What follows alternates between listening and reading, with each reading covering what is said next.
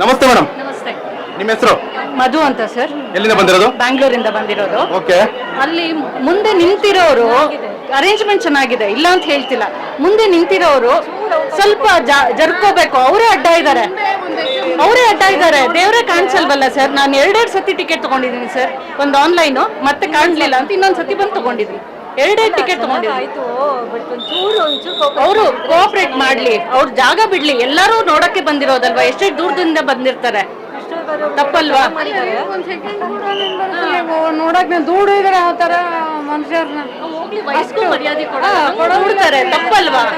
ನನ್ ಮುಂದೆ ಇದ್ದಿದ್ದು ಓಲ್ಡ್ ಲೇಡಿನ ಹೆಂಗ್ ತಳ್ಳಿದ್ರು ಅಂದ್ರೆ ಅವ್ರು ಬೇಡ್ಕೊಂತಿದ್ದಾರೆ, ಸರ್ ದಯವಿಟ್ಟು ಬಿಡಿ ಅಂತ ಅಂದ್ಬಿಟ್ಟು. ಸರ್, ನಿಮ್ಮ ಹೆಸರು? ಶೋಭಾ ಅಂತ. ಎಲ್ಲಿಂದ ಬಂದಿದ್ರಿ? ಬೆಂಗಳೂರಿಂದ. ಓಕೆ.